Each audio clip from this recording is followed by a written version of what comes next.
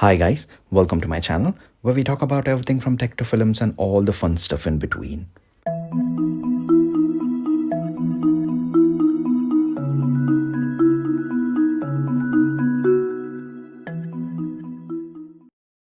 So there is quite a lot of interest from people deciding whether to buy the iPad Air or spend that extra money and get the best tablet currently available, the iPad Pro. Really a tough decision, especially it's tempting when several YouTubers unbox not just different sizes but different colors of the same device. But when it comes to paying hard-earned cash for the device, we have to decide and see if spending nearly £300 extra is going to be worth it.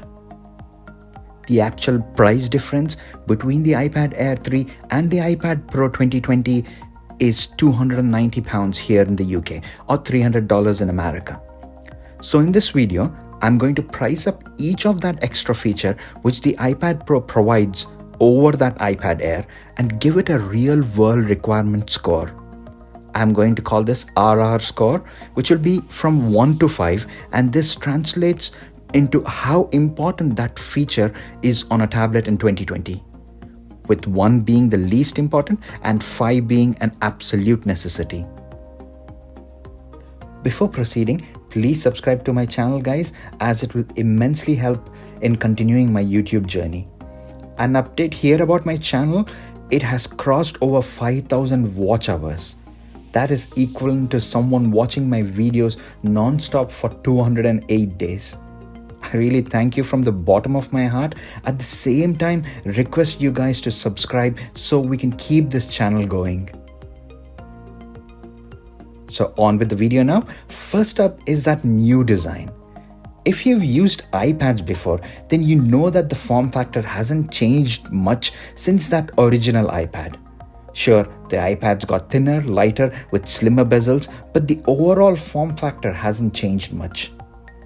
I here have a couple right from the original iPad to the iPad 2, the original iPad Air and the most recent iPad Air, and you can see that the form factor of all of them is pretty much the same, but the Pro is totally different and it feels like a substantial redesign. Cost-wise, I'm going to allocate £20 which I'm willing to pay for that, and will give it a real-world requirement score of 3 out of 5. I could have given it higher, but you can't ignore the fact that even though the iPad Air sports an older design, it feels remarkable in hands. Next is the FaceID system. The tech behind FaceID is really cool, and even after 3 years, I don't think any other device can match its reliability or technology. FaceID on an iPad is a nice change, but Touch ID at the same time is amazing as well and much more convenient to use than Face ID. Because whenever you pick up the iPad Pro, you need to check where the camera is, as the dark bezels mean that it conceals the camera system and you might not always know where it is located.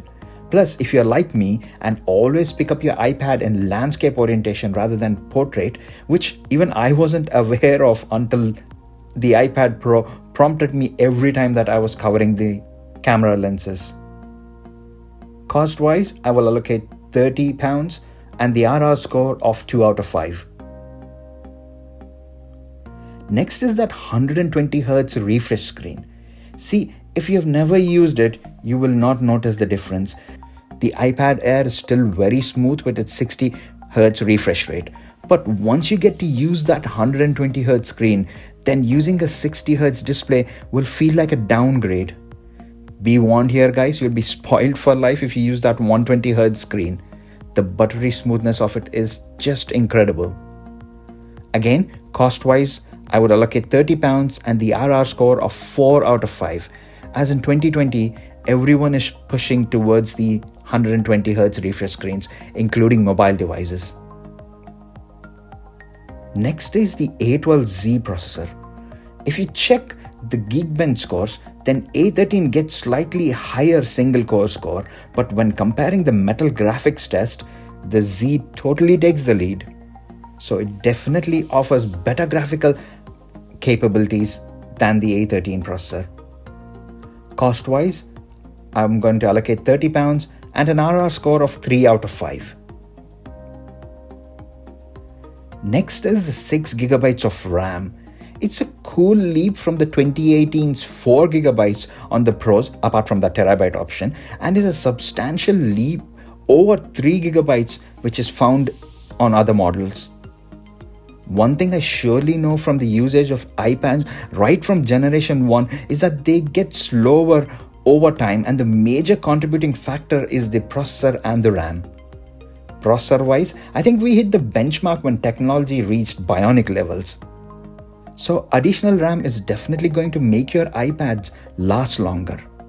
I will sure compare both of them again after a few years, so just stay subscribed to my channel guys to find out what happens. Cost of £30 again, and an RR score of 5 out of 5. Next is the additional base storage. Thank you Apple for doing this. This is one of the things which straight away makes it feel like you're getting better value for your money. So double the base storage at 128GB is a sure welcome on the iPad Pros. I only wish that they do this on the iPhone Pros as well. Cost wise £40 and an RR score of 5 out of 5. Just a side note here guys, when I mentioned the cost of a 64GB memory stick is about £10 in a previous video, someone in the comments mentioned that a pen drive and memory in a complex iPad are not the same. I do acknowledge this fact, and that's why I've allocated £20 for the storage and £20 for all the optimization which happens under the hood. Next are the stereo speakers. This is a given. The stereo sound is amazing, and I noticed this right away. I'll give you an instance here. There is just one scene from the movie called View from the Top which I really like. The sound of an aeroplane taking off in the scene came from the left speaker, which I totally did not notice when playing it in my iPad Air. Stereo sound is really cool, and it makes watching videos more enjoyable. Cost wise, I'm going to allocate £20, and the RR score is a perfect 5 out of 5. Next is the USB-C port. This is really the best decision Apple could take, adopting something universal rather than making another proprietary connector. And with it being universal, it opens up a world of possibilities, allowing you to connect various accessories at the same time giving you the option of fast charging. Cost wise £20 and an RR score of a perfect 5 out of 5 again here. Then the smart connectors. You can hook up some cool Apple accessories like that Magic Keyboard and the Apple Pencil Generation 2. Not everyone needs them, but both of these accessories interact in the coolest way possible. The Magic Keyboard makes the iPad looks like it floats, and the Apple Pencil attaches and charges magnetically to the side. Cost wise, another £20 and an RR score of 3 out of 5.